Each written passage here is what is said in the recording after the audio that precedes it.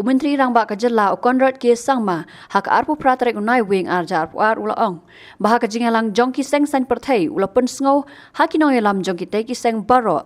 Begitu ki runar ki badan kiti ban rung shah Civil Hospital ban syok bat penmen saw ya ki brio jong ka an kentup ru ya ki tu ki badan kiti haki wei pat ki kam penmen saw ya ki riu shimat ki bayat bayang halenti sengkien kien sasha pynshitom katkum ka an. But there was some incidents of violence, and I informed all the political leaders that those violent cases, and especially the ones where individuals have tried to enter civil hospital and tried to vandalize, the action will be taken against those, and those guilty will be punished as per law for doing such acts of going into hospitals. This is something that is completely unacceptable, and the police has been asked to take action against those individuals who have done those kind of acts.